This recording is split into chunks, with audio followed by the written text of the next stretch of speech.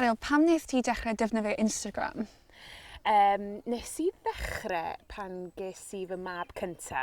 Ac o'n i'n y tŷ trwy'r dydd, yn fam newydd, ac o'n i'n meddwl, wow, mae hyn yn anodd, mae hyn yn galed. A dwi'n rhywun reit uchelgeisiol, dwi'n licio bod yn brysur, dwi'n herio fy hun lot yn broffesiynol ac yn bersonol. Ond mi nath cael plentyn absolutely llorio fi. A dyma fi'n dechrau siarad i Instagram Stories am be o'n i'n mynd trwyddo fo.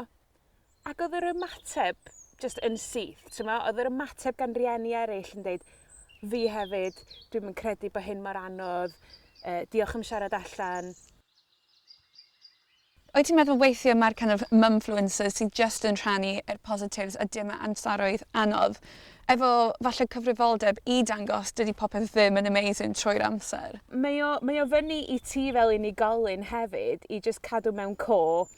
Mae snapshot ydi Instagram, just llun ydi o foment. Dydyn ni'n gwybod be ddigwyddodd 20 munud cynt, a dydyn ni'n gwybod be sydd wedi digwydd hanner awr wedyn, tyma? Mae ffrind fi newydd cael babi a oedd hi'n sôn amdano ffaith oedd hi ddim yn sylwi faint mor anodd mae bod yn mam achos mae hi'n dilyn mumfluencers fel Kate Ferdinand, Billy Fairs a mae hi jyst yn weld y byd perffaith. A dyna lle mae'n bwysig bod ti yn curadu dy feed.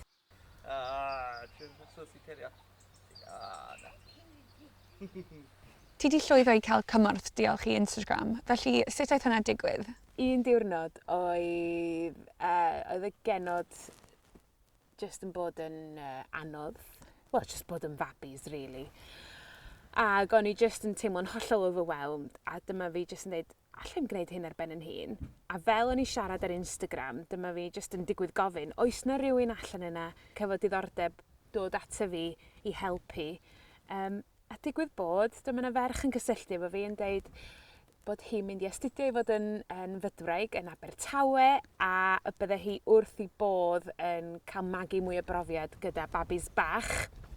Felly, doedd hi yma i helpu fi bob dydd Iau, ac oedd o'n gret, just cael cwmni i fi, rhywun i siarad gyda, rhywun i edrych ar ôl y genod trawn ni'n golchi llestri neu cael cawod. Ti wedi cael help o Instagram, ond ti hefyd wedi helpu pobl eraill. Dwi wedi setio fyny grŵp cerdded i rieni yn Aberystwyth.